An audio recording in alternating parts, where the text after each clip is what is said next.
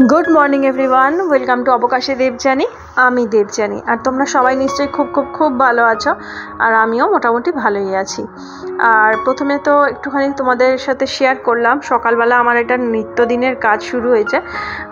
प्रथमे सकाले उठे कुलेखाड़ार एकटु रस बानिये निई, सेटा आमार हाजबैंड खाय, तार खानिकक्षण बादे माने 20 मिनिट 15 मिनिट बादे चा बानाई। और कुलेखाड़ार रसटा खूब भालो, किन्तु आमार हाजबैंड तो खेते चाइतो ना, एखन जेहेतु शरीरटा खाराप तो तार जोन्नो एखन खेते चाय खाय एखन।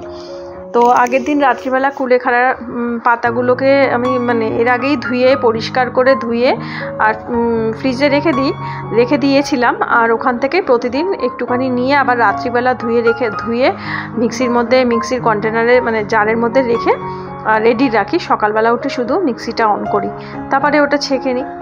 तो प्रथमे सकालबेला एखन चाओ खेये निलाम और साथे एकटु आजके ब्रेकफास्टे डिम सेদ্ধ और माने ब्रेडटा बाटार दिए करेছিলাম और একটা रसगोल्ला।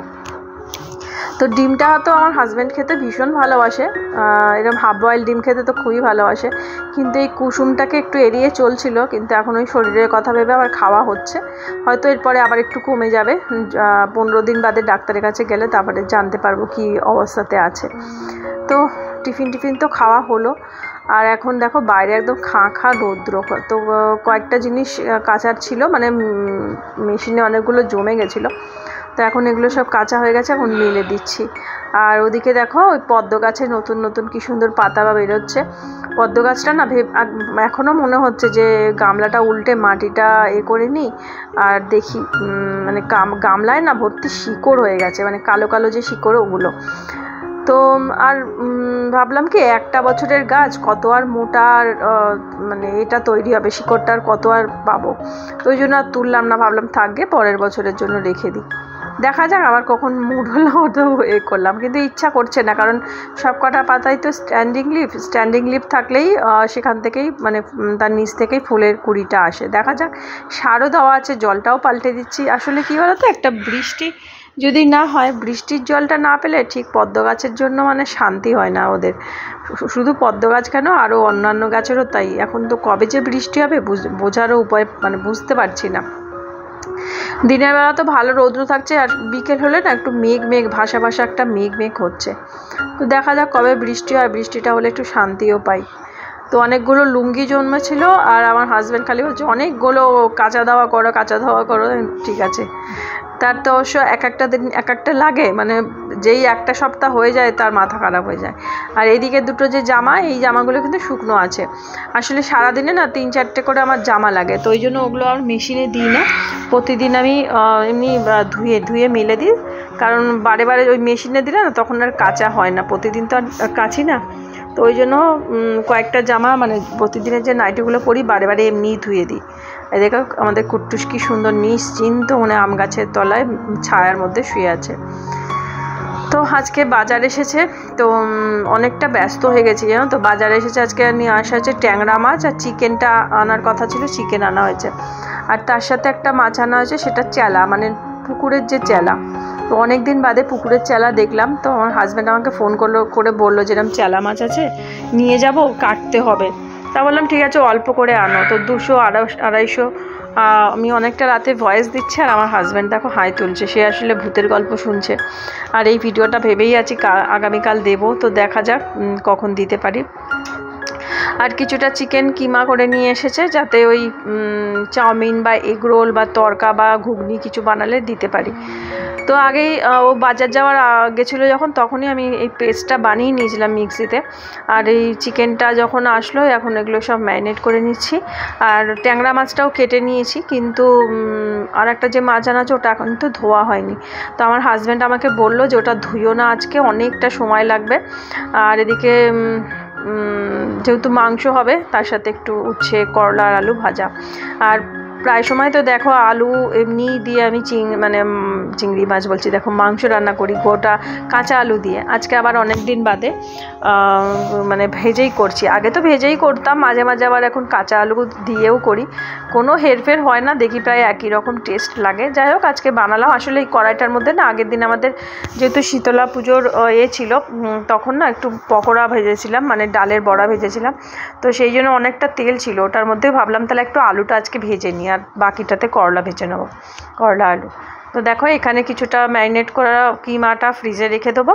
আর এদিকে চিকেন কিছুটা কাঁচা, মানে পুরো চিকেনটা রান্না করিনি। অন্যান্য সময় তো তোমরা দেখো এক কড়াই পুরো চিকেন রান্না হয়, চিকেনটা মানে একেবারে বানিয়ে নিই, 2-3 দিন যা থাকলো খেলাম।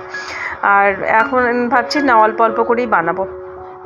কিন্তু জানো তো একসাথে বানিয়ে নিলে আমার খুব সুবিধা হয় এই কারণেই, মানে এই পিসটা খেতে ভালো লাগে, ওই পিসটা খেতে ভালো লাগছে, বা ওইটা ভালো লাগছে এটা নিই, এরমভাবে হয়। আর যখন হাফ হাফ করে রাখি না তখন কিছু বুঝতে পারি না, মানে এদিক ওদিক হয়ে যায়, মানে গিলাটা হয়তো ওইটাতে চলে গেল, মেটেটা এটাতে চলে গেল, মানে এইরকম একটা ব্যাপার হয়ে যায়। কারণ ওগুলো তো আমারই খাদ্য, হাড়গোড় আর গিলা মেটে এগুলো। আমার হাজব্যান্ডের মিটেটা খাওয়া উচিত, কিন্তু সে মিটে তো খায় না, না মাটনের না চিকেনের। তো এদিকে তো দেখো মাংসটা হচ্ছে, আর আমি এই যে দেখো মাছটা কেটে নিয়েছি। মানে মাংসটা চাপিয়ে দিয়ে না আস্তে আস্তে করে এই মাছ কাটতে আমার অনেকটা সময় লেগে গেছে। তো আমার হাজব্যান্ড বলেছিল মাছগুলো কাটতে না, রেখে দিতে ফ্রিজে, আর পরে যেদিন আমার রান্নার অতটা চাপ থাকবে না সেদিনকে এই মাছটা নিয়ে বসতে। তখন আমি বললাম যে এই মাছগুলো যদি ফ্রিজে রাখি, পরে যদি আমি মাছ কাটতে বসি মাছটার আমি কিছু খুঁজে পাবো না, মাছটা নরম হয়ে যাবে। আসলে আগে আমাদের যে দিদিরা কাজ করতো তো অনেক সময় ওরম, হয়তো আমার হাজব্যান্ড হয়তো বেলার দিকে গেছে মাছ বাজারে, ওরা হয়তো তার আগে চলে গেছে বাড়ি, তখন তো আর ডাকা যায় না যে একটু এসে মাছটা কেটে দিয়ে যাও, হয়তো ফ্রিজে রেখে দিতাম। আর পরের দিন যখন কাটতে বসতো সেই সময়টাতে দেখতাম কি মাছটা অনেকটা নরম হয়ে গেছে, মানে কাটতে খুব অসুবিধা হতো। তো দেখো সন্ধ্যাবেলা দিদি দাদা ওরা এসেছে। আজকে দিদি দাদা এসেছে অনেক দিন বাদে না, এর আগেও এসেছে কিন্তু ভিডিও করা হয়নি। আর দাদা কত রোগা হয়ে গেছে। তো এর আগেও দিদি দাদা ওরা এসেছিল, কিন্তু তখন আর ভিডিও করিনি, বা আমরাও হ্যাঁ এখন তো ভিডিও করি না, তো ওই জন্য গল্প করি। হ্যাঁ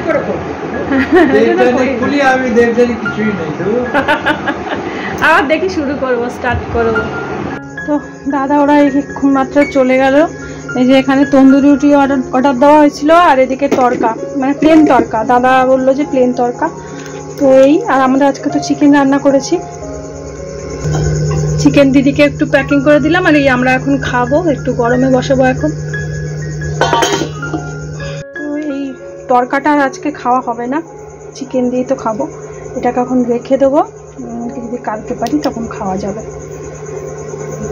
হচ্ছে ব্যাপার। আর দিদি দাদা এসেছিলো, এই যে রসগোল্লা নিয়ে এসছে, কিছুটা খাওয়া হয়েছে কিছুটা আছে। আর এখন বেশি আমি রসগোল্লাটাই প্রেফার করি, কারণ রসগোল্লা না রসটা একদম পাতলা হয়, প্লাস এটা ছানার পুরো। আর লাল মিষ্টি বা ভাজা মিষ্টি বা ওগুলো না ডালডা বা অন্য কিছু থাকে, আর গাঢ় কড়া মিষ্টি হয়, এটা অনেক ভালো। ছানা তো ভালোই শরীরের পক্ষে, মানে এটাই ভালোবাসি এখন মিষ্টিটা, মানে রসগোল্লাটাই বেশি খেতে ভালোবাসি।